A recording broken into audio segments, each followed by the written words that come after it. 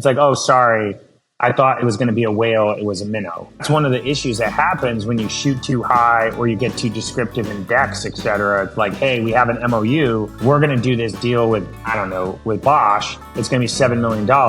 The deal doesn't happen or it's only $100K.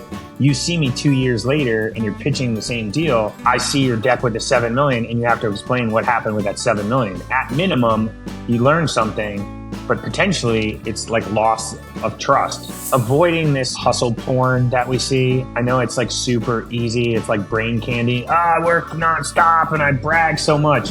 Well, the research study showed people who brag about how much they work and how stressed they are were basically ranked as less likable and ultimately less successful in an organization. So maybe like 10 years ago or 20 years ago as a badge, I worked an all-nighter. I was there, GE had a culture. Don't come in on Monday if you don't come in on Sunday. I think it's like get shit done, be efficient, and have some hobbies outside of the office.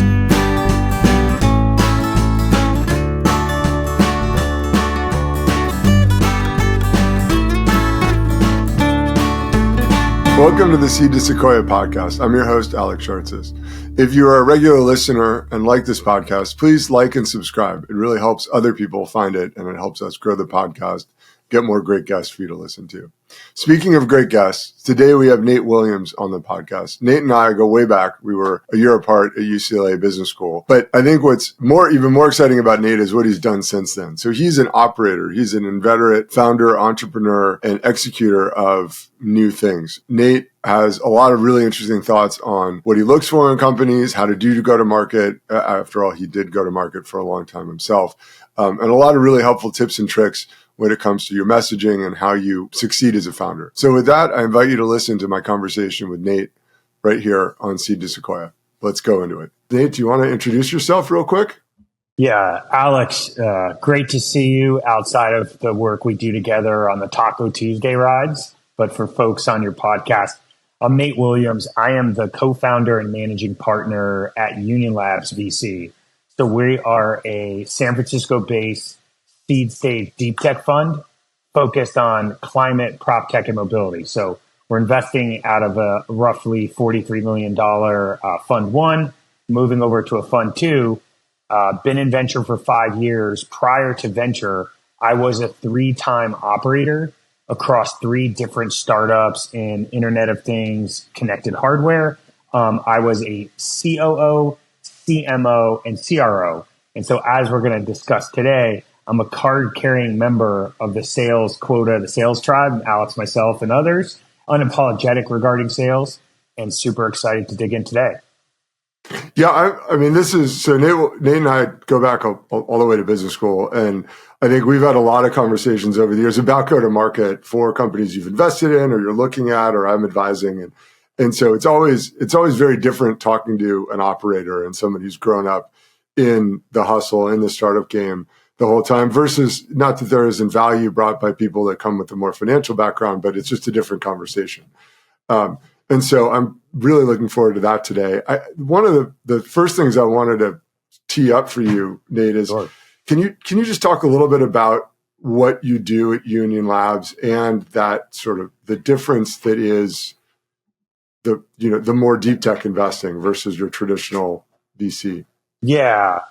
So at the highest levels, right, think of venture capital for your listeners, right? Venture capital in most cases is a relay race between inception or startup formation and them entering the public markets or getting acquired. And so as a seed stage investor, I generally start with 1, 2, 3 founders, right? Whiteboard, et cetera. And in some cases, we're the first capital in, $500K, $1 million, $1.5 million. So that's where we play relative to the relay. We're usually the first or second check. In the stage standpoint, yeah, as you mentioned, we are a deep tech investor. And so deep tech is usually defined by what it's not rather than what it is. But I'll try to take a shot at what it actually is. So deep tech has to involve a couple things that are super important. First is it has to contain deep or hardcore technology or science. So things that are at the cutting edge of science. So like space, AI, augmented reality, stuff in Internet of Things, communications. So it's definitely not leather sneakers. It's not candles. It's not an internet dating site. It's none of that stuff. It's real stuff in the physical world. I think the second screen about it, it's hard to do. So if you think of some of these companies, whether it's SpaceX or Starlink or even Nest or Ring or a company I helped to run, August, in the smart lock category, these things are pretty hard to build, right? It's not like there's going to be 12 of these or 14 of these. So those things are pretty difficult. Third criteria that we talk about in our group of ex-Kleiner Perkins general partners is if you do it well, it's hard to copy. So if we think of some of the biggest, Andorol, for example, or Palantir or Hugging Face or some of these companies, some of these really difficult to develop hardcore technology, deep tech companies, they're hard to replicate. And then the last, and I think this is super important as we talk about it today, people conflate deep tech with hardware. And although hardware is extremely important to deep tech investing, it does not require hardware. So for example, I can be an investor in an AI inference startup, and that startup does not have any hardware on its books. They're not selling hardware. They might have their software residing on a server somewhere, right, up at AWS or GCP, but it doesn't always have to involve hardware. So that's a little bit about kind of the strike zone. Yeah, no, I mean, it's really interesting how you've carved off of focus. One of the things we talk about the podcast a lot is focus, right? And you see the cool sneaker company that everybody's wearing. I mean, this exists. There was a big venture bubble in sneakers. And it's hard to say no, right? But it's easy if you're focused. It's easy if you're like, we say yes to this one thing. That's not this one thing. And I think bringing that to portfolio companies is really helpful, bringing that focus and that comfort with saying no. Let's start with just like your general approach to go to market. So one of the things we talked about before we got on was who does the selling? Like when you think about that 1, 2, or 3 person founder team, like does one of them have to be a salesperson, or does everybody sell? How do you think about go to market early on? I love the question. I spoke at a panel last week at the Dirty Jobs Summit up in San Francisco, and one of the things that I said is that everyone sells. Everyone in the startup has a responsibility for selling, whether it's selling an engineer to build a feature, whether it's selling an investor and putting in money, or it's selling a customer to do a pilot or an MOU, et cetera. So I actually think we need to turn the page from kind of the early 2000s version or the 2010 version of startups where it's like hacker, hustler, to basically folks have to do a variety of jobs. And one of those jobs in a startup is you have to sell. So I think sales starts early. The way, Alex, traditionally across my startups and now as an investor, I look at it is I see 2 distinct muscles when it comes to revenue formation, business model creation, and kind of value creation for a startup. I see a biz dev muscle, which is a cousin of sales. Biz dev is effectively market development, market making, partnerships, et cetera, that result in revenue 12 months out. So for my career, anytime I talked about biz dev, it was basically working on things to enhance the value of the company or enhance the revenue pipeline. But literally, many of those don't hit the books for 12 months out. Sales is basically 0 to 12 months. And it's basically, taking that widget or taking this piece of paper and monetizing it. And so I think it's one of the most important functions within a startup. And if I think about stages, you and I have had this conversation offline. At a day 0 startup, there's not a product yet. There might be a proof of concept. There could be, potentially a piece of beta hardware. There's some thoughts of what the market could be. The actual sales process is more like being in a jungle with a machete. There's no road, right? There's nothing. You and I have done it before. You're literally sitting there staring into the abyss and saying, I need to sell this to make revenue, to make payroll, and I have to figure it out. So that's like day 0 sales. Once you move from there and you get your first 2 to 3 customers, you're on like a path in a dirt road, like where you and I ride the mountain bikes. But eventually there comes a time when you have a scalable, repeatable product. And that's where you kind of move into this next phase of sales, which is more the, hey, country road. And then, again, just stretching out that analogy, there comes a time in any startup's life, probably Series B, Series C, where the product and market are well understood, where they have product market fit. And that's where you get traditionally, when folks think sales, Alex, they don't necessarily think of you and I. They think of that prototypical him or her that comes in with the Porsche 911 from Salesforce, and they're taking like $100 million quota. Like that's how they think of sales. That's the interstate stage when you're product market fit, you're probably international. I love this analogy because I think in the jungle, right? That's where I love spending time in that jungle, but you don't even know if you're going the right direction. You could hack away with a machete for 3 months and then realize you're going the wrong way and you need to turn around and walk back out and hack in a completely different direction. And I mean, that analogy, it's like eventually you're building the infrastructure, like you're putting in the high-speed rail line because there's billions of dollars here and you can invest in the infrastructure, right? Because you have the confidence that you've been doing it long enough, there's enough traffic, it's worth a high-speed rail line. Whereas in the beginning, it might not even be worth the machete. Like the machete might be a waste of time. You might not even have a compass, right? And so you asked a question regarding like founder-led sales. I think that's one of the dangers, right? You're out there and we set this expectation as an investor class that the founder not only has to be deeply technical, has to be an evangelist, has to raise money, has to sell, 10x engineers, but they also have to be like the best sales person in the world. And I just think that's bullshit. If you think about that jungle expedition that you and I are going on, our odds of surviving are way more likely if there's two of us versus one and we have a compass. Right. And so a mistake that I've seen, across 20 angel investments and call it like 25 investments, from my platform at Union is a founder starts with an idea, almost like I have the answer. And the answer is I'm going to sell this to this market and basically builds the product and then starts calling on those names. Like, so, hey, I'm going to sell to automotive. And then they basically have their league table of I'm going to talk to Ford and Hyundai and Kia, et cetera.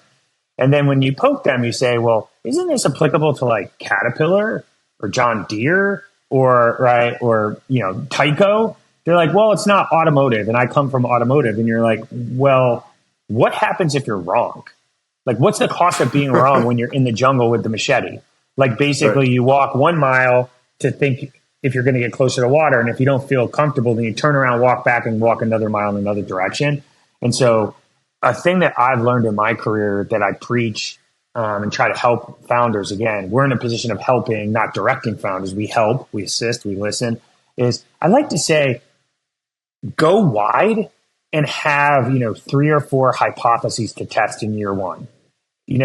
It's basically you want to make sure you have enough conditional probability to believe you can get some product market fit. And I feel like sometimes if you just limit it to one vertical, one business model, that's really tricky because when it doesn't work out, you may only have 25% of your raise left. And this is not a forgiving market right now.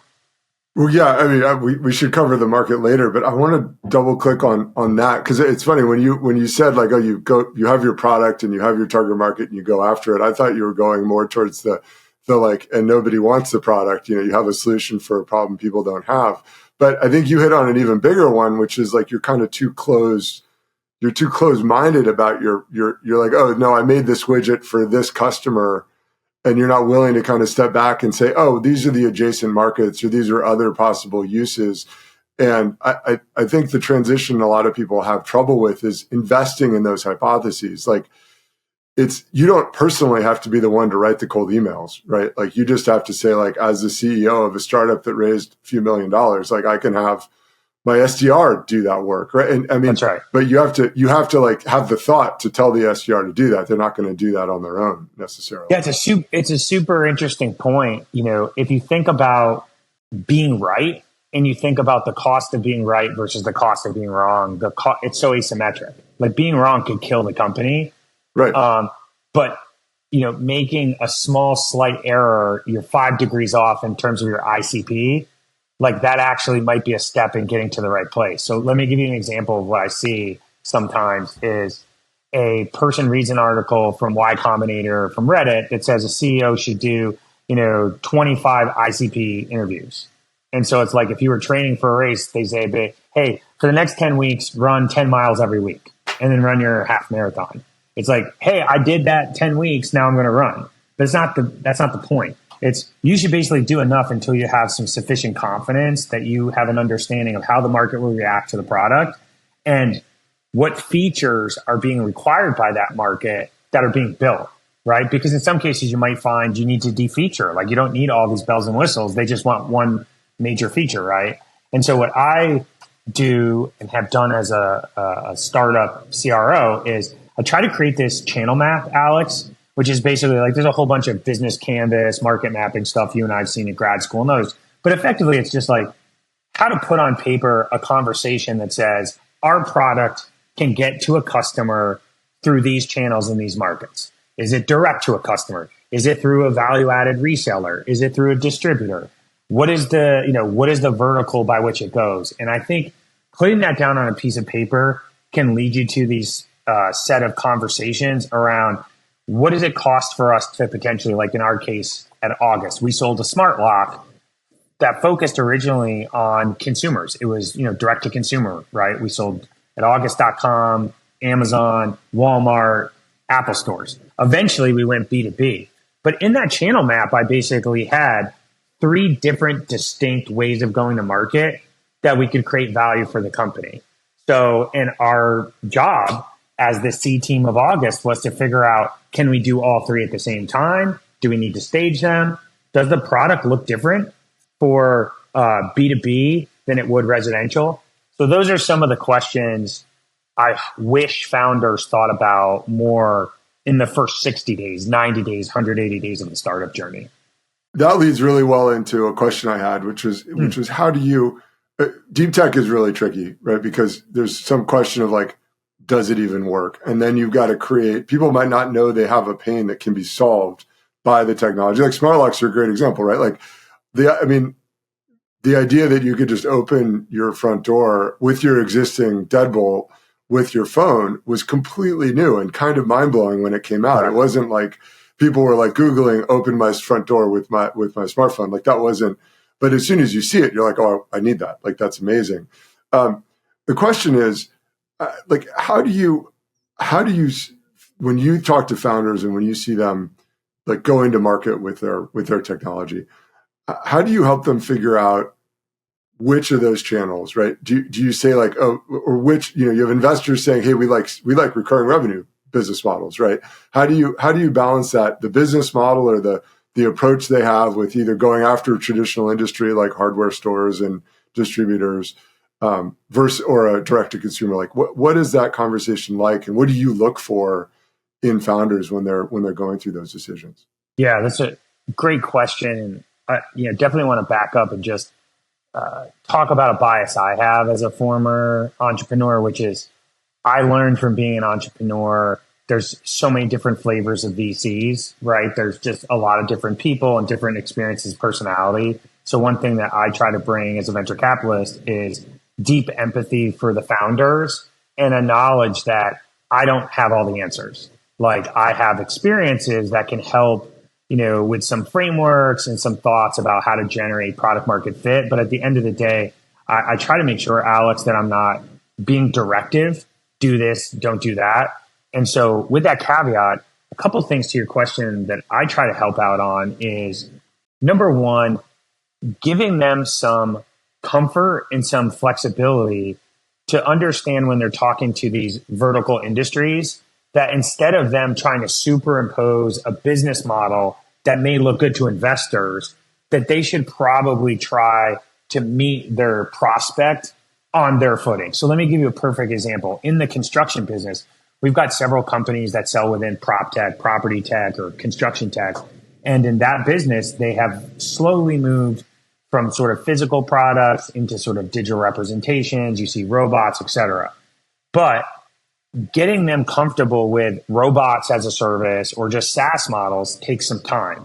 So rather than on day zero to try to add a new technological innovation and then get them used to a SaaS business model, it's probably more appropriate to fit into a model that works for them, whether it's doing a pilot whether it's doing enterprise sales agreement, whether it's, maybe doing the actual sale of a robot, et cetera, and then eventually bending them towards, a business model that's more, say, venture scale.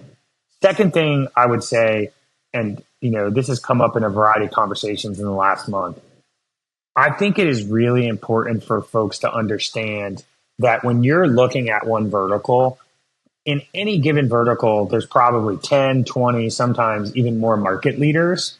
And I see the tendency sometimes is like, hey, I'm going to work in telecommunications. So, hey, Alex, we're here in North America. You and I are doing this startup. Well, the biggest ones are Comcast, Verizon, AT&T. And so we just talk to those three and stop. But the issue is you have a conversation started with Comcast.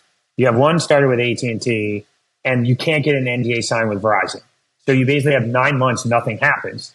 Meanwhile, what you should have done is actually gone and tried to start conversations with 10 of them through an SDR or yourself and basically start that process to get them in the pipeline.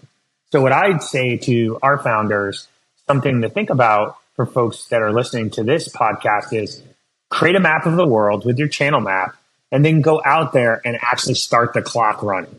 Go out there, engage, send the LinkedIn email or send the email. If they engage, set an introductory meeting, get an NDA signed.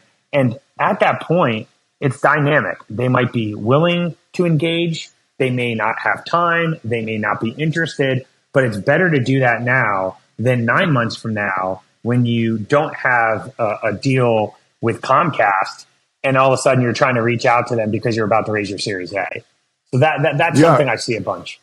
Well, there's this other thing that happens in that scenario where you win, you catch the whale or whatever, right? And now you have one customer. I mean, like from an investor standpoint. I'm so glad you asked that question. I have lived that life, and it's funny. I look back at the former Nate, who was a CRO, and I feel embarrassed sometimes. Not embarrassed because I did it, in a way that was intentional, but unintentionally to try to get credibility in these investor meetings, et cetera. I would say, one of our startups, our biggest customer was Verizon. And I would go in there and I would say, oh yeah, well, we have a deal with Verizon and Verizon's going to roll out the product and Verizon did this. And at one point, Verizon was like 50% of our revenue, which was an absolute non-starter to many folks. And so I didn't realize it at the time, but now when I see that, it could be a startup that's only 6 months old out of Berkeley. They're super excited that they're working with Bosch, and they have Bosch mentioned 50 times in the slide deck, right? So it's better to say Bosch is indicative of a customer profile that we think we can get 7 of than it is. So like if you and I were running this startup again, I think it's better to have 5 engagements with 5 different logos than one engagement that's just massive revenue wise. I know there's some economies of scale, right? Doing the second one and the third one is easier, but you got to remember that at some point, there are a bunch of these reorgs in these big companies. Executives do swipe out, priorities change, and all of a sudden, if a logo is more than like 33% of your overall revenue pipeline, if they blow up, you are in a world of hurt. Yeah, people don't. I mean, I was at a Kleiner back company, Drawbridge, and I think I can talk about this now. We had Groupon, closed Groupon as one of our first advertising customers, and they were literally spending 10 grand a day with us. And one day they're like, "Yeah, we need to pause." And it's like that's $250,000 a month that's just gone, like with one phone call. It wasn't even a phone call; I think it was a text message. And what do you get? You can't say anything. You can't be like, no, I really need you to spend that money. Like you're just like, oh, now I hope we have some other customers. And it's funny because the good investors, the Sequoias and Kleiners, were honest. They were like, hey, it's great you won this customer, but like, be careful about the customer concentration. And we were like, why are you complaining? We're making so much money. And then you're not. And so I think it's such good advice to bear that in mind, especially when, like you said, from a marketing standpoint, you keep using the name over and over again. Like investors become less and less impressed with each additional mention of the same brand. And also the risk of building custom software or, a custom implementation where somebody's 50% of your revenue and they tell you to go jump Like do this, add this feature. We want this type of security package or cybersecurity package. I don't invest these days in a lot of consumer hardware. I find it's very difficult to get signal at seed stage on consumer hardware. But for my August experience, what I would say is like one of the paradoxes of being a card carrying CRO is you really want to make your quarter because you want to deliver for your team, right? You run a sales team, you have marketing folks, you have sales folks, you have channel marketing managers, SEs, et cetera. But at the same time, you're also worried about long-term viability. So like, I'll give you an example. In August, time has passed. Amazon was very material. Amazon.com to any consumer hardware company, whether it's Nike, Bose, et cetera, is material. And what ends up happening is you sometimes get the impression that you should slow roll your own site, August.com, Nest.com, Ring.com, right? Because that takes a sale away from Amazon, which may change your economics, et cetera. But over time, the nuanced mind realizes if you have Amazon as like 50% of your revenue, they probably know that they're 50% of their revenue and they put the squeeze on you.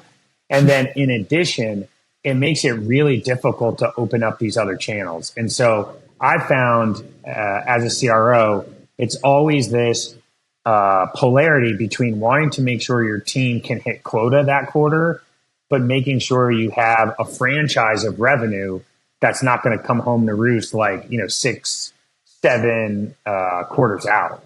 And so I've lived that before. It's a tough world to live in. Well, so let's go back to that scenario where you're just starting out, you're a few founders, and you think you have a solution for a specific problem. What's your plan for prospecting, right? Do you just say like, oh, I'm going to look at this, like Verizon, like you said, right? Oh, these are the 3 biggest. I'm going to go after them. How do you help founders approach that, or how do you like to see founders approach that? Yeah, I mean, I think it's part of an overall integrated kind of like sales and marketing strategy. So the founders get together and they figure out they're producing this type of product and they think about this market. And so then they look at this map of the world and they decide like, hey, these are the different channels I want to approach. I want to approach automotive, industrials, and I want to approach, telecommunications companies, right? So then, step number 1 is where are you already connected? So, most people at our ilk, your ilk, and my ilk, they do a pretty good LinkedIn kind of like network mapping of first and second connections in those major companies that you're looking for and looking for, hey, where am I already connected directly, right? Then they can also do a secondary search through their network. It could be investors, advisors, legal, et cetera, and say, okay, of the 10 biggest service providers, I already know 7 of them. Of the 10 largest auto OEMs, I know 6 of them, et cetera, right? So there's that part. The next one is really thinking about the surface area of like how to meet and see these folks. And so like, for example, any startup that's early should think about what are the next 6 to 12 months of trade shows, in-person meetups, et cetera, right? So if you're like in defense tech, clearly there's a variety of these defense tech meetups in San Francisco, Washington, D.C., El Segundo, et cetera. Like, be there and be open to, finding somebody. They have, Raytheon on their badge. Walk up and say, hey, I'm Nate Williams. I'm with, ABC Defense Co. I'd love to talk to you about what we're building, right? And definitely don't do the, hey, I'm Nate from ABC Defense Co. You need to sign an NDA. Here's my calendar. Come meet me. I want to do a walk and talk, no video, right? Don't do stupid shit. Apologies for the swear. Don't do stupid shit where it doesn't respect the relationship. Like you and I, when you're selling, you're respecting the process and you're meeting them at their level. You're not having them kind of show up at your place with the NDA signed. And you know what I mean? Like that's not how the world works. People really under-rotate on events. Because they can't quantify it. This is the thing where we live in this world where it's like, I do X lines of code, right? This is the check-in and I can see this from stand up to stand up. And I got 7.5 hours of sleep and I drank, whatever milligrams of coffee, right? Whatever, this many watts in my workout. But the truth is some of these things are extremely hard to quantify, particularly top of funnel, right? So you can go to a trade show and every startup I've run, I've had trade show folks and we've come back from trade shows and you do a field report, like a trip report, who you met, action, they go in the pipeline, et cetera. But the truth is like some of that is unaccounted for. And it just is what it is. And what I see, Alex, some of that is a well-coordinated, I'm going to go to a trade show, I'm going to post on LinkedIn, I'm going to do a thought piece that shows up in an industry magazine. It could be in aerospace, it could be in auto. That brings a lot of people to your door. And that's like scalable and repeatable. So yeah, part of this early weed whacking is just giving yourself the grace to have a half a day where you can go to an event in Santa Clara down the 101 and possibly bump into the head of Panasonic while you're in the line for coffee, and that turns into your first customer. Yeah, that's like, that doesn't happen over cold email. Like people are much less guarded at a conference, and you just physically being there as the founder, with founder, CEO, whatever on your badge is all the credibility you need to at least have that 5-minute conversation. Whereas no 100%. Amount of anything you do will get that email opened in most cases, right? Other than already being in their network, which, great if you are, but it's hard to fix that after the fact. Do you like it when those early stage founders just go to the conference, or do you expect them to sponsor it? Like, what do you see the best approaches? I think all those can work, right? It depends on the stage of the company, how much capital they raised, et cetera. So I think, the lowest bar is if you're early stage, right? And you can get an attendee ticket, or in some cases, if they're attached to UCLA or Stanford or Berkeley, et cetera, they can get a student discount. It's like, step number one is just be there, right? Like actually be on site in Santa Clara or in Las Vegas at like the Consumer Electronics Show or at whatever event, and be able to walk up to people and talk to them, right? That makes a ton of sense.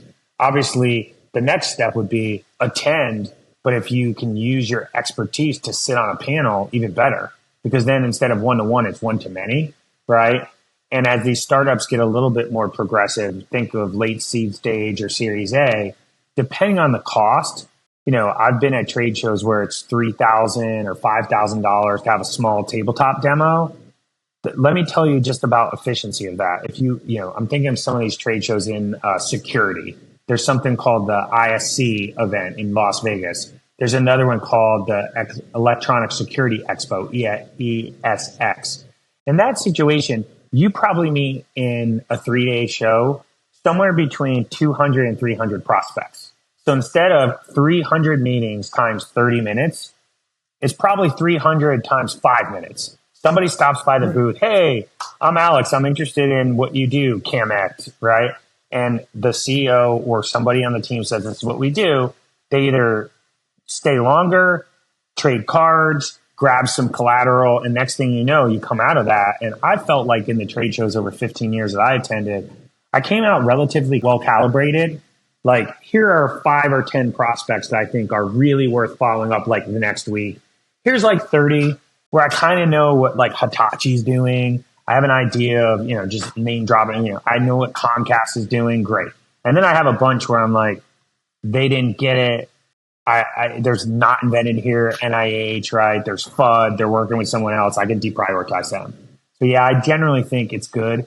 And for folks that are also out there with products in the real world, I can't highlight this enough. Again, a lot of different industries. I'll just go back to my last experience at August. I would take my team out once a month where we would do a half a day, and we would go to Apple stores, we would go to Best Buy, we would go to Walmart, we would go to Sears, we would go to AT&T stores, and we just do a walkabout to see our product in the field, talk to like blue shirts at Best Buy, just get a feel intrinsically for what our core customer was doing, what are they thinking, how it's merchandised. And you'd be surprised. Well, actually, you wouldn't be surprised because we talk about it a lot, but folks would be surprised of just how much of this ivory tower bullshit where we're sitting in these like Zoom conferences talking about what customers and prospects will do. Meanwhile, there's zero empathy. They have never been in some of these places, right? They've never been inside a fulfillment center before. They've never been to Bentonville if they're working with Walmart. You got to go. Well, I mean, that's such great advice. I think that when you think about a lot of companies with the new technology, think about all the promise, especially if you're the founder CEO and you're talking to investors all the time and you have to tell a story and paint a picture. But the person in Best Buy who's there to buy a TV or whatever, because whatever that story is, whatever their mission for being in Best Buy is, it might not be to buy your product, right? It might not have been to buy a smart lock, but they walk by it at the end cap or whatever, and they're like, oh, that sounds cool. Maybe I'll get it, right? Like you can't, unless you go see that. It's a really great insight to like really dig in and see be customer centric, like really, not in theory, not like, oh, wouldn't it be great to reduce our carbon emissions? Like that's nice. But like, what is the customer really doing? Yeah, go out. If you're doing like a home electrification startup, go out there and see a heat pump being installed, right? Understand the process of like last mile for somebody to get those incentives. Here's an interesting anecdote from a classmate of mine.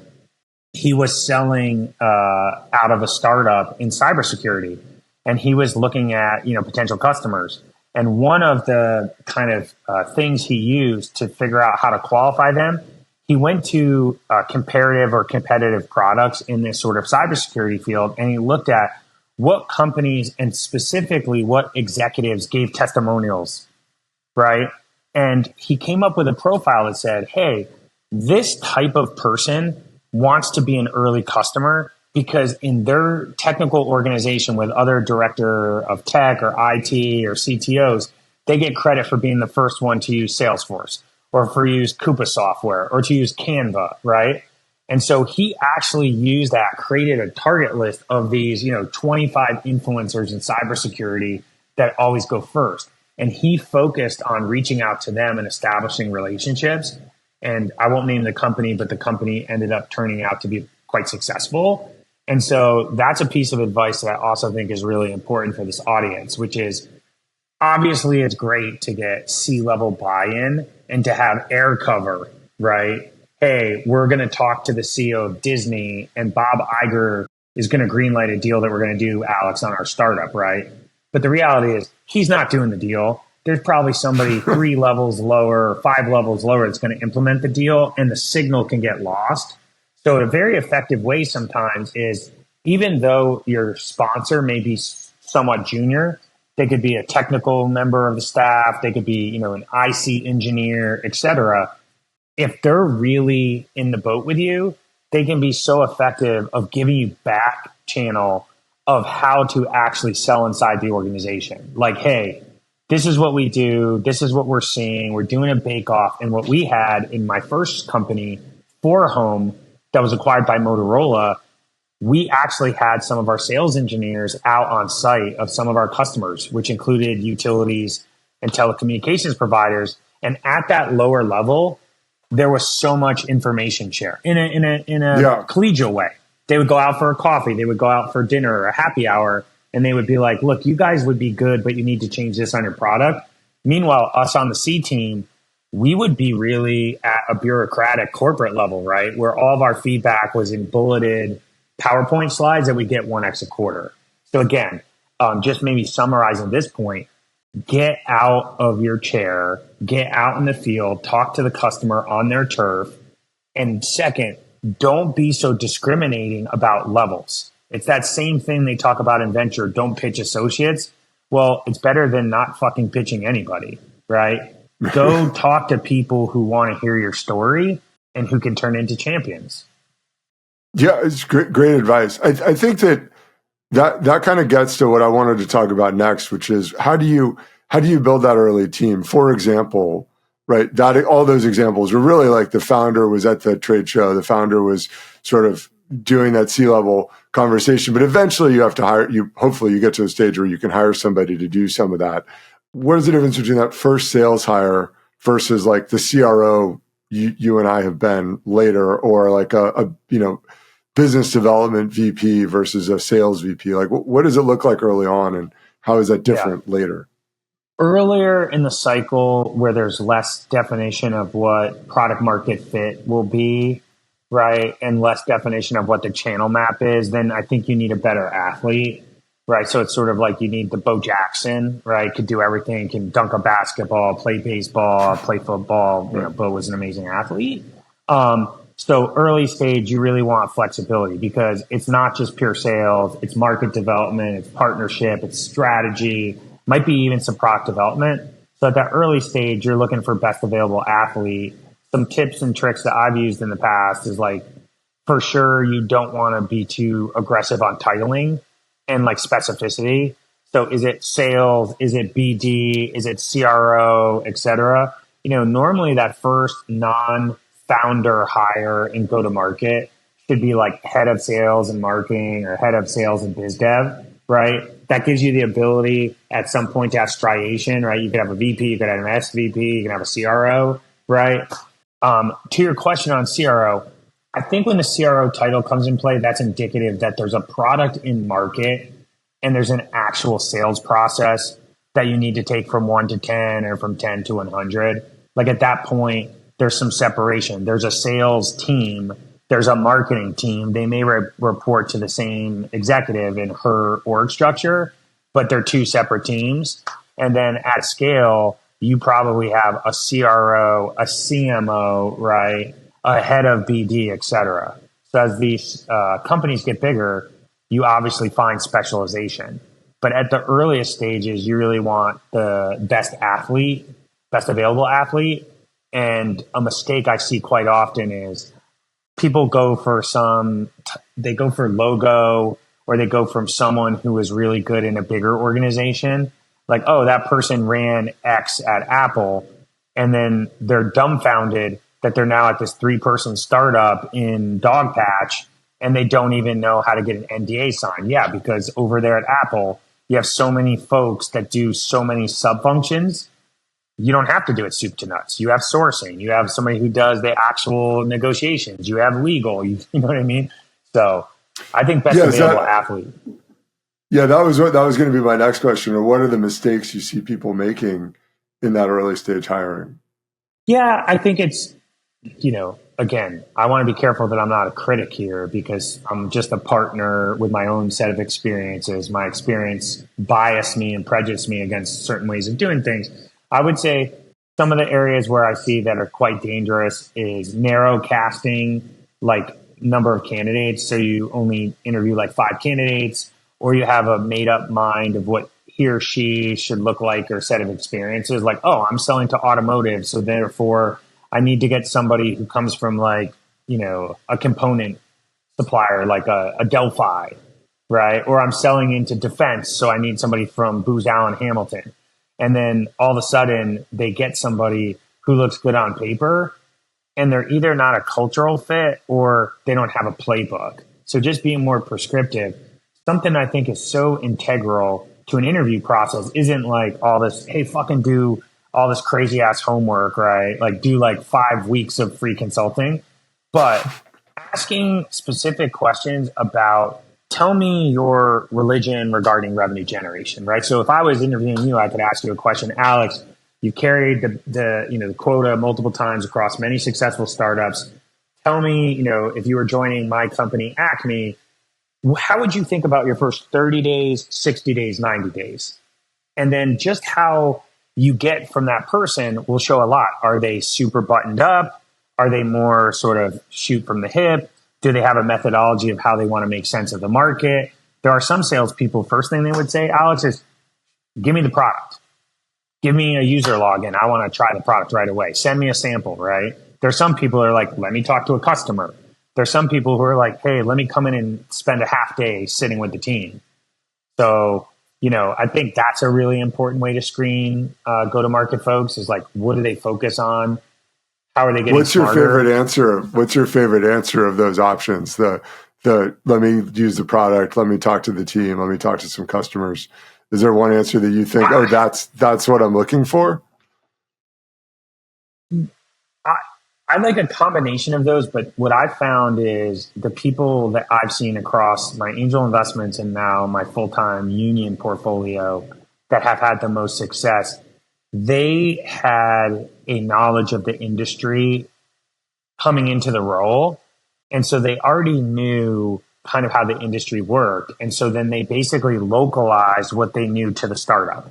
So they really only needed a couple hours of detailed data of what the startup is, right? Because they check online, if it has an online presence, right? They know the macro space. And then they said, hey, I'm 80% confident that this is the way, but let me show you my initial thoughts out of 3 hours of doing research. we should go here and talk to Honeywell as a distributor. We should basically do this product extension, et cetera. Because I think my experience on this is you continue to iterate. But like, for example, if you're a CEO, what really sucks is if you get a person that works for you and go to market and they don't know how to take any decisions and they're waiting for direction. Like, you know what I mean? That kills startups. I would rather have people that work at startups that are just like, hey, Alex, I'm going to head in this direction and I'm going to ask you for feedback when I get blocked, but I'm going to make sure that I'm adding value starting on day one. And so within the first week of me reporting to you, I'm coming back with, here's bullets of what I've learned. This is the outreach. Here's the plan for next week, wrapped up in a pretty succinct status report in your inbox at the end of Friday. That, you know what I mean? Like, the whole job is to make it easy. Right. Yeah. It's you're not adding work to the founder's plate. You're taking work off the founder's plate. And if you're asking for direction, that's still work for the founder. That's not not doing the job. I actually have something that came out of a conference I was at last week, and I think it's important to kind of talk about this. We're not at the part of the market where every technical founder believes that sales is important or believe that sales people, he or she, should sit at the big table. So I was at a conference last week, and and there was a technical founder selling in robotics who basically said, I don't feel comfortable that salespeople are technical enough to sell my product.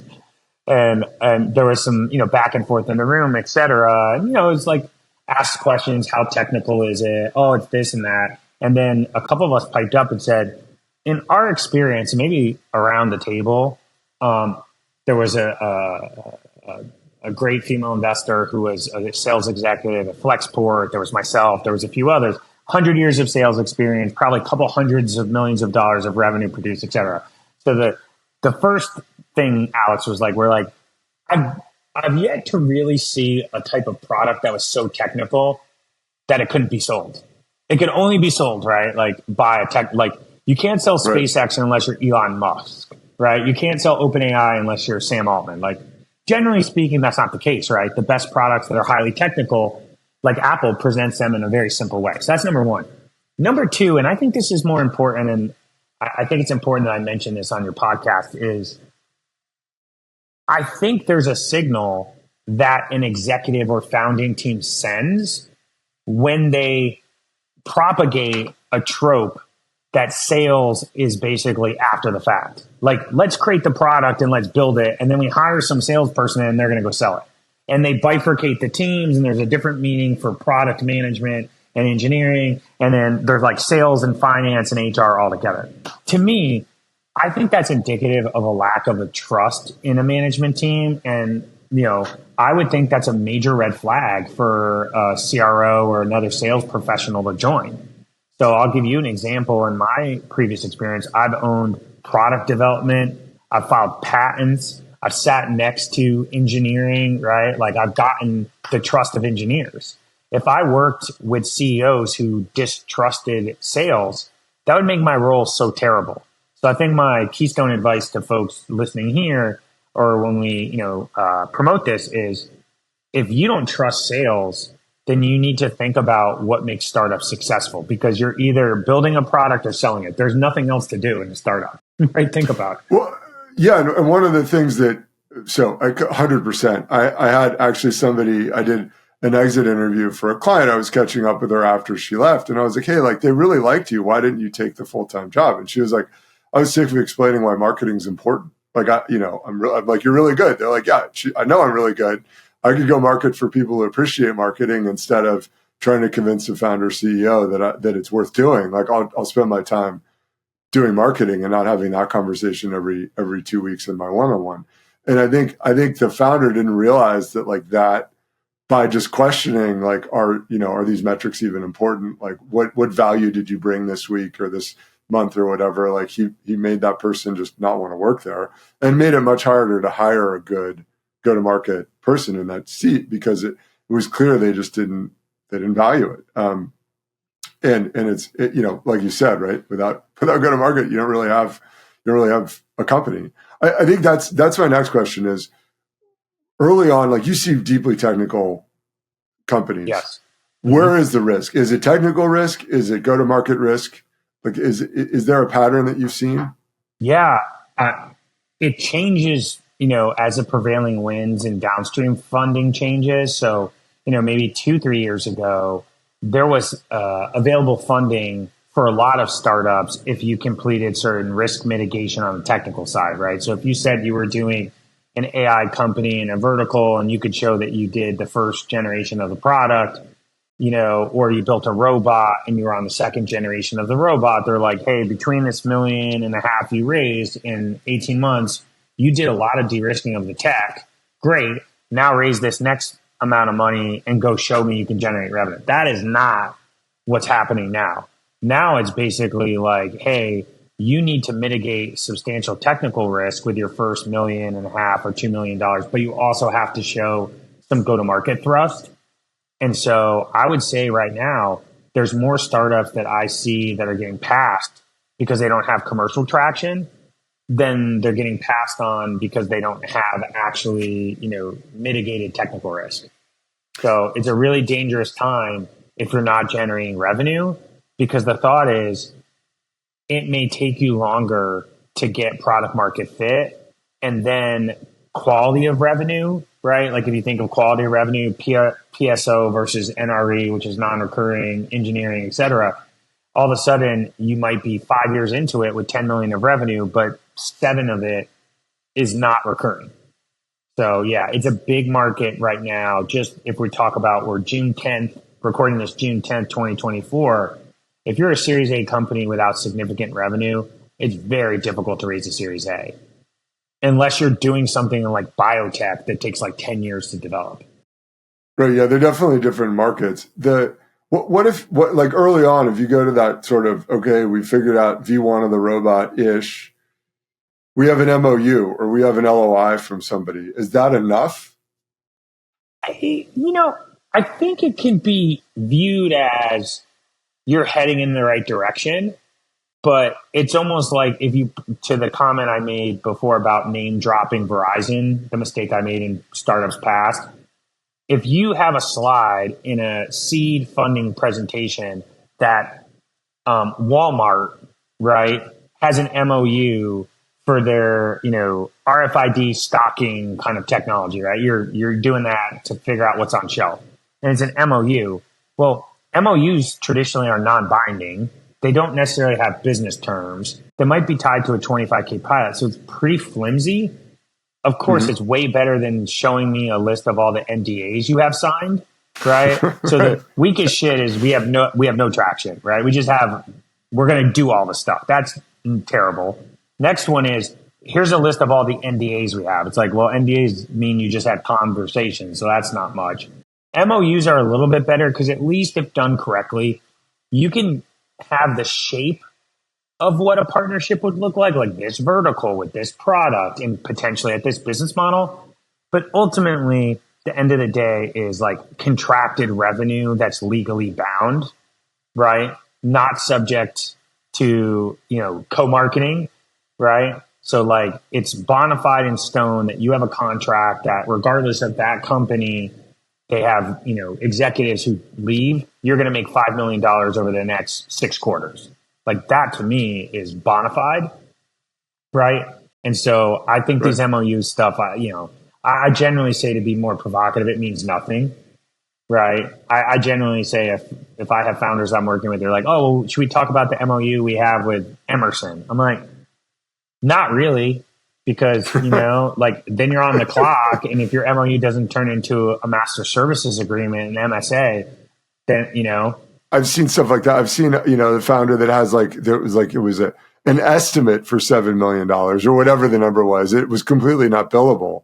Right. And it's like, so they said they might buy up to $7 million worth of stuff from you. Like what they've bought, what did you invoice them? Nothing, zero, because it doesn't, I think, especially if you aren't like from the sales background, you're really at risk for kind of, I don't even know if it's a marketing trap, but it's like, oh, this MOU would be better than. It gets so difficult. And the thing I was going to say is it stacks. So for example, we have a conversation with a startup in 2022. This actually just happened today. Met a company in the construction space in 2022, sent me the deck, talked to them. We have a CRM. We write down all our notes, what we think, pros, cons, team fit. Do we lean in, do more diligence? They ping me with an update. So I looked, I'm like, this is pretty impressive. But I pulled up my notes from 2022 and their deck. And actually the revenue that they forecasted in 2022 is now the revenue that they're forecasting in 2024. So meaning everything slipped out. And so that's one of the issues that happens when you shoot too high or you get too descriptive in decks, et cetera. It's like, hey, we have an MOU. Oh, we have an MOU. We're going to do this deal with, with Bosch. It's going to be $7 million. The deal doesn't happen, or it's only $100K. You see me 2 years later and you're pitching the same deal. And now all of a sudden I see your deck with the 7 million and you have to explain what happened with that 7 million. At minimum, you learn something, but potentially it was like, it's like loss of trust. It's like, oh, sorry, I thought it was going to be a whale. It was a minnow. This, by the way, this is the highlight of this episode right now, because I've seen this. I've had founders ask me like, hey, same thing happened, right? I talked to, not Nate, but a different VC, and he pulled up my deck from 2 years ago and he pointed out the giant gap in my ARR that, I promised would be there. What do I say? And it's like, you say, he's not going to invest. He doesn't trust you, or you've proven you can't run the business well. There's nothing you could say. You've lost his trust. Go find somebody else. Other than a preempt, along the way, hopefully between those 2 years between the meetings, you might have been sending a quarterly update or doing an informal, push out hey, Alex, this is what I've learned. And so, some of the things that do work is hey, I'm a very technical founder.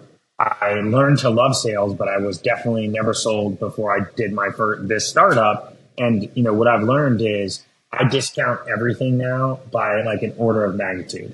So if I would have saw that $7 million Bosch deal now, I would have basically put that in a P-win 25% category, and I would have discounted it, in my revenue forecast.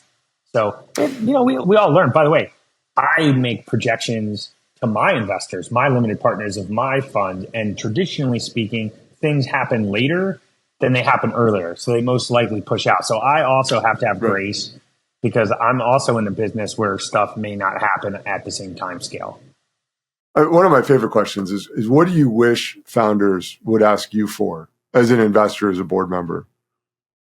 I think a question that doesn't come up enough is after the board meetings, after the presentations, et cetera, it's like, hey, what are areas where I can streamline kind of operating the company, right? And so in this market, I see a tendency of two things that I think reduce the CEO's ability to be super scalable. One is narrow casting.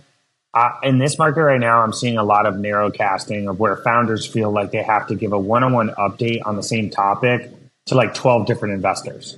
So it's you have angels, you have seed investors and pre-seed, Josh from Congruence Investor, and I'm an investor, and somebody else. So that's number one. It's I wish they asked me, and sometimes I offer it, is hey, you could be much more efficient. Don't feel like you have to do that, right? Do not feel like you have to take these updates and make them in a one-on-one basis, because you could do that same update to 8 people at the same time and save yourself, 5 hours and go work on product itself. Next one is level of detail.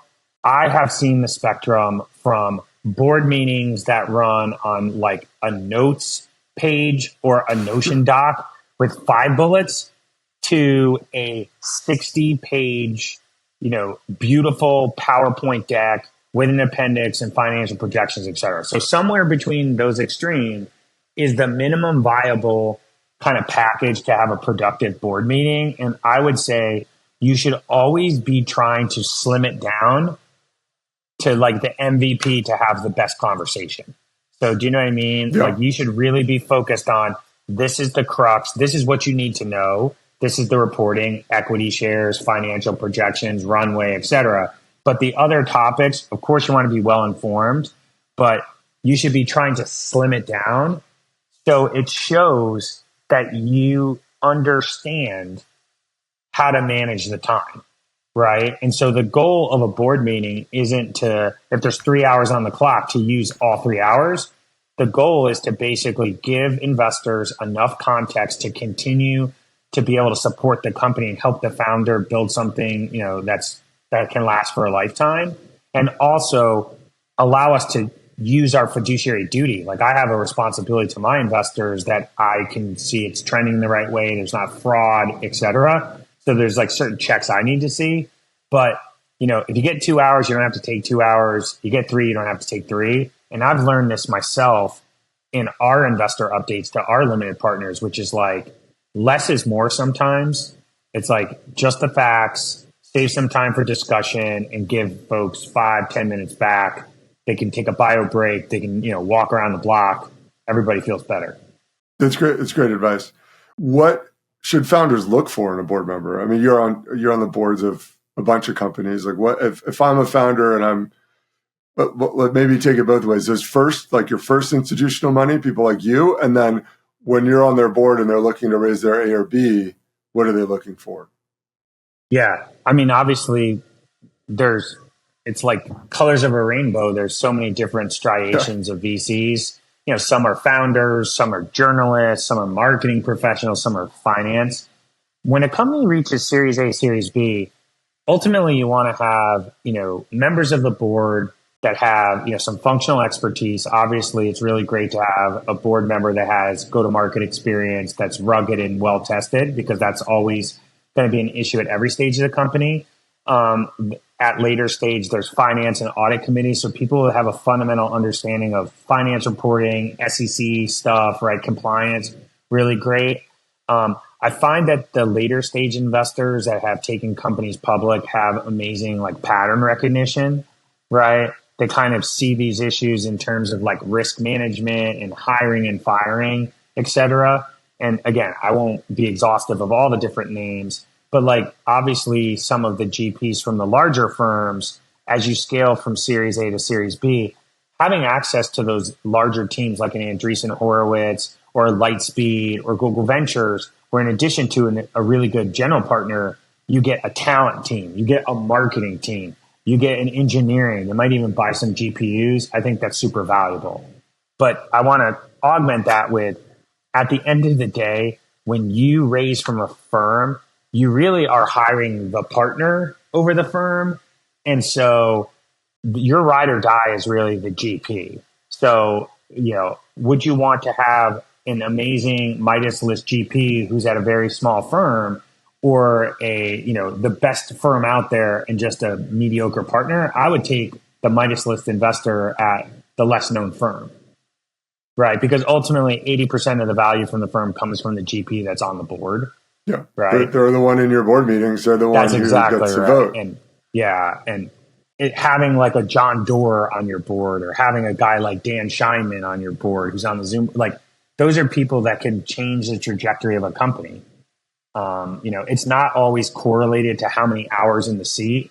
I'm going long, but something I would say, we had an advisor at August who in a 15-minute phone call changed the trajectory of the company because he was ex-Apple, and he gave us some insight in a negotiation that allowed us to be the first third-party company in the history of Apple to have a display in their stores. So, wow. And it was a 15-minute phone call. So again, it's not hours, it's efficacy. And I think about that in my job. It's like, it's not just how many calls I make. It's, do I do something that can change the trajectory of a company for the better? We've talked a lot about how sometimes it's hard to fund a specific space or a specific company because of the funding environment at the next stage. Can you just talk a little bit about how you think and how founders should think about their financing journey, and that sort of like you trade in your machete for maybe a tractor or something? Like, how do you think about that? And what's like, this is very, I mean, it's inside baseball, but it's also like, this is how you play the game. Yeah. It's interesting. There's a set of truisms that happen regardless of any market, and then there's the market conditions. And so the market in today's venture changes every month, every quarter, every year. It's so different than it was even this time last year. So June 2024 is so different than June 2023. So fine. So that's number one, is like be thoughtful about how the venture market changes regarding expectations on traction, valuation, et cetera. But, some of the truisms that I think are super important is, understanding the sizing of the round to make sure that you get enough funding to sort of solve go-to-market and technical risk and have something demonstrable, right? Without running out of capital. So, you can make a mistake if you only raise too little. And then if you have to push out your product, then all of a sudden you have to do an extension, and that's necessarily not a great signal. Meanwhile, if you take too much at too high of a valuation, it's almost a negative signal. So there's a variety of companies out there, Alex, that raise too much at too high a valuation, and they know in this market they cannot go back out and raise unless they get to a revenue milestone. So maybe they raised a really pricey Series A, and it's like, you're not going to raise a Series B unless you're at 10, 15 million ARR with product market fit, and they don't have it. So you're kind of in this thing where you do have cash, but you don't have traction, and you can't go back out. And so I think being calibrated regarding, timing, where, 3 years ago, it was like raise every 12 months. Now it's looking a little bit more like every 18 months, every 18 to 24 months. And so the combination of raising enough, you may want to add 25% to your target. And the other part is just making sure that you have a plan for what that traction is. So some of the things I really love about seed stage founders when they raise an A, they have a board meeting and they're like, okay, let's talk about, now that we raise the A, what are the milestones that we need to hit to potentially get to a Series B, right? And they hear from folks, well, you need to 5X this, you need to do this, you need to get, 50,000 homes, et cetera. I think those are healthy conversations. And again, I'm in the venture capital game, but it is totally appropriate and actually the dream to build a startup that doesn't require a ton of venture capital. So for founders out there that are bootstrapping or thinking about running something without venture capital, that's also a pathway as well. So venture capital is very specific if you want rocket fuel to potentially build a company that can go public, that can be worth billions of dollars. High risk, high reward. But if you're wanting to run something at your own pace and speed and make it profitable, I don't think there's anything wrong with self-funding and staying your own boss. So that's a little bit of what I'm seeing in the market.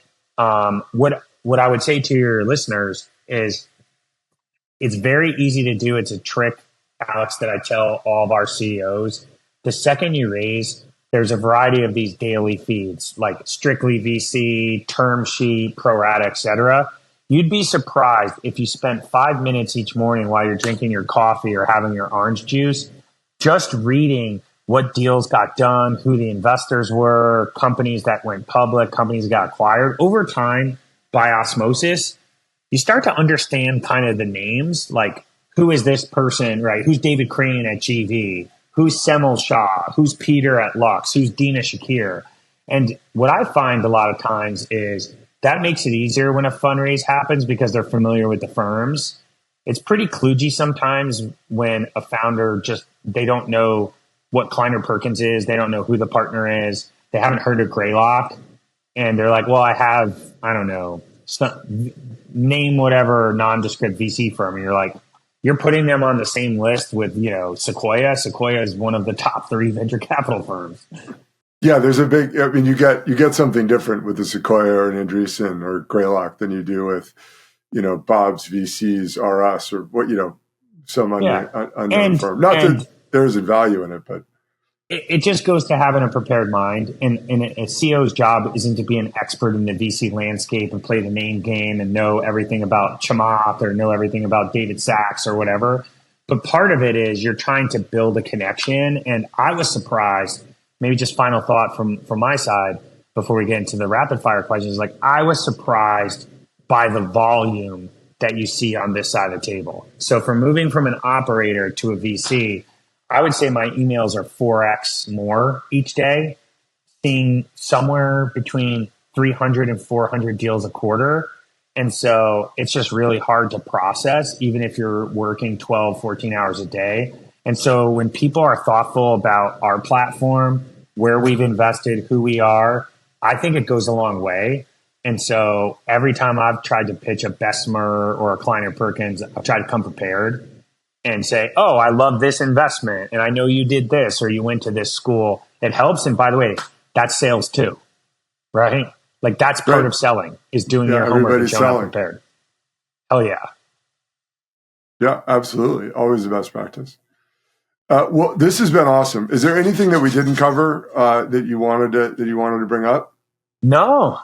I think you did a great job interviewing. And again, I just want to elevate the conversation in startups regarding go-to-market, sales, biz dev. It's just as important as building the product. And I want to see my sales brothers and sales sisters get the respect they deserve. And I want founders to be extremely happy when they raise Series A or seed that they have, symmetry between the product side and the go-to-market side. So felt like we hit everything on the show. Yeah, that's the message that I love to get out there also. So the 2 rapid fire questions, 3 best practices that you wish every founder would do. Doesn't have to be go-to-market, but go-to-market obviously can be one of them. Yeah. Best practice 1, constantly learning or using executive coach, right? Like there's so much to learn and to be successful and efficient. I feel like people need to make time for themselves and invest in themselves. So I never would hold it against the founder, take a mental health day and read a book or go to a conference, hire an executive coach, et cetera. That's number 1. Number 2, I would say, being well-read really helps. I just think there's just so much you can learn from reading books and learning history and just understanding how the world works. You never be surprised. You learn something about NVIDIA, and then the next day you're dealing with a customer that just, was the major supplier to NVIDIA. So the world is super connected. You'd be surprised, like things that happen in health show up in robotics, things that happen in the Federal Trade Commission, FTC, affect what's happening in like early stage cybersecurity. So I think being well read. And I think the third is avoiding this sort of like hustle porn that we see. I know it's like super easy. It's like brain candy. I work nonstop and I brag so much. Well, it's funny. I showed this to my family. I have 3 children, and it was a research study that showed people who brag about how much they work and how stressed they are were basically ranked as less likable and ultimately less successful in an organization. So maybe like 10 years ago or 20 years ago, it was a badge. I worked an all-nighter. I was there. GE had a culture. Don't come in on Monday if you don't come in on Sunday. I think it's like get shit done, be efficient, and have some hobbies outside of the office. So yeah, that's what I would say is like, don't get caught up in that hustle porn, posting at 2 a.m., live your life, be effective, be a real sharp tool, and know when you need to get some R&R. That's great. What is the best advice you ever got? It's advice that I don't think I was able to process in my 20s or even my 30s. Now that I'm in my 40s, I think a lot about. It was really around believing in yourself, right? And so the mentor was really like, you have to call your own number and you have to believe in yourself, even when no one else will. And I think some of the strongest entrepreneurs, some of the strongest people that I've met, survivors, people in the military, et cetera, they just have intense self-belief. And I would say, I think that piece of advice is just really get to know yourself. Don't be afraid to, take a walk or a bike ride by yourself and get to understand your thoughts. But at the end of the day, people who do great things have extreme high levels of self-belief. They have periods of doubt. Like if you think of like Usain Bolt or you think of some of these amazing cyclists that you and I follow, sure, they doubt themselves, but they ultimately bet on themselves and they're not afraid to take risk. If I look back at my career, where I think I've made mistakes, Alex, is where I chose something that seemed like it was less risky, but it had all these externalities and it actually was a worse path than just betting on myself. Like the startup could win if these 3 people came together and this one other company told somebody to buy us, as opposed to like, just start your own thing and put your own shingle out there. And at the end of the week, you can look at yourself and say, did I score 3 points or 4 points? And so, last 10 years or so, I've just been more focused on calling my own number, trying to be a great partner, great husband, like you mentioned, good friend. And then at the same time, like, understand how much risk I'm willing to take, me and my family, and take the risk.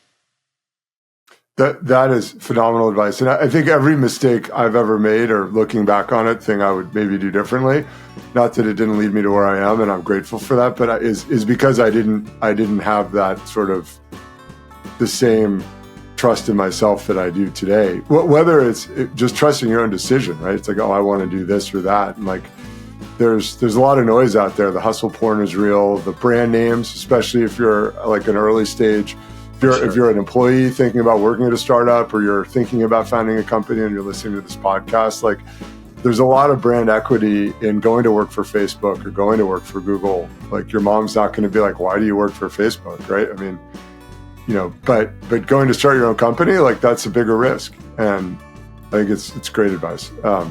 That's great advice. Well, so Nate, this has been phenomenal. Thank you so much for spending the time. If you listeners found this helpful, please like and subscribe. I'd like to thank some people that put this together, or will have put it together by the time you're listening to it. Our audio engineer and video editor, James Fix. Ryan DaCosta, who works on the marketing side of production. The music is by The Great White Shark. I'm your host, Alex Shartsis. Thank you, Nate Williams, for joining us, and thank you all for listening. Thanks, everybody. Be good.